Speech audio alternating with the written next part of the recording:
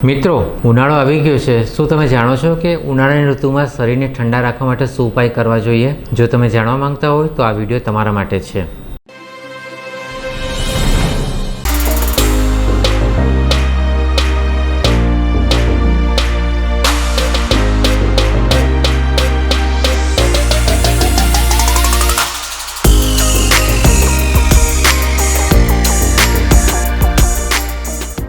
નમસ્કાર મિત્રો, સ્વાસ્થ્ય આયુર્વેદ ક્લિનિકથી હું વૈદ્ય જાગૃત પટેલ, આયુર્વેદ કન્સલ્ટન્ટ, MD આયુર્વેદ। મિત્રો, ઉનાળાની સિઝન આવી ગઈ છે।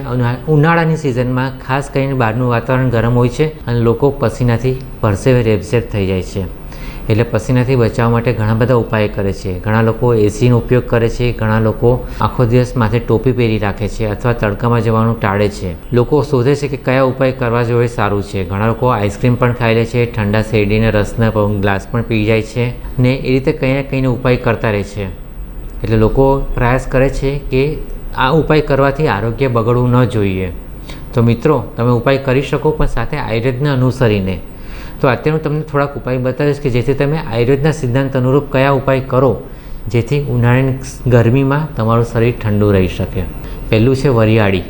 વરિયાળી મીઠી હોય છે અને સ્વભાવે ઠંડક હોય છે, તો એ ઠંડી વરિયાળીનો ઉપયોગ તમે વધારે કરો ઉનાળામાં દરમિયાન તો એ સારું રહેશે। એ ઉપરાંત વરિયાળીનું શરબત પણ પી શકો। એ ઉપરાંત દેશી ગોળનું પાણી, ગોળને પાણીમાં ઉગાડીને પીશો તો ઠંડક કરશે। આમ ગોળનો સ્વભાવ ગરમ છે, ગોળ ગરમ પડે છે, પણ જ્યારે પાણીમાં ઉગાડીને પીએ છે ત્યારે ગોળ ઠંડો પડે છે, એટલે ગોળનું પાણી પી શકાય। બીજી વસ્તુ મિત્રો, કેટલાક લોકોને ઊંઘવાની સમસ્યા હોય છે કે ઉનાળા દરમિયાન પેશાબમાં બળતરા થાય ને એવી તકલીફ થતી હોય છે, તો એમાં પણ આ ગોળનું પાણી કામ કરશે। તમે શેરડીનો રસ પણ પી શકો, પરંતુ શેરડીનો રસ તાજો હોવો જોઈએ અને બરફ નાખ્યા વગરનો હોવો જોઈએ। બરફ નાખેલો શેરડીનો રસ તમને ઠંડક પહોંચાડશે, પણ બરફને કારણે જે બહાર વાતાવરણ ગરમ છે ને તમારા શરીરમાં એકદમ ઠંડક થશે, તો એ ડિસબેલેન્સને કારણે માથું દુખવા લાગે, માથાની નસ ખેંચાય, એ બધી તકલીફ થવા લાગશે। તો શેરડીનો રસ પીઓ, પણ બરફ નાખ્યા વગરનો રસ પીઓ।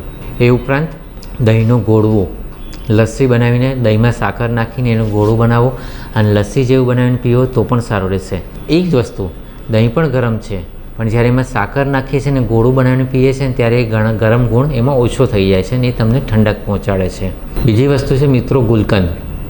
ગુલકંદના કન્ટેનમાં આપણે જાણીએ છીએ ગુલકંદમાં ગુલાબની પાંદડી હોય છે અને ખાંડ હોય છે, ખાંડ કે સાકર હોય છે, તો આ બધા દ્રવ્યો ઠંડક પહોંચાડવાવાળા છે। તો તમે સારી કંપનીનું ગુલકંદ લઈને ગુલકંદનો ઉપયોગ પણ કરો તો તમને ઉનાળામાં ઠંડક રહેશે।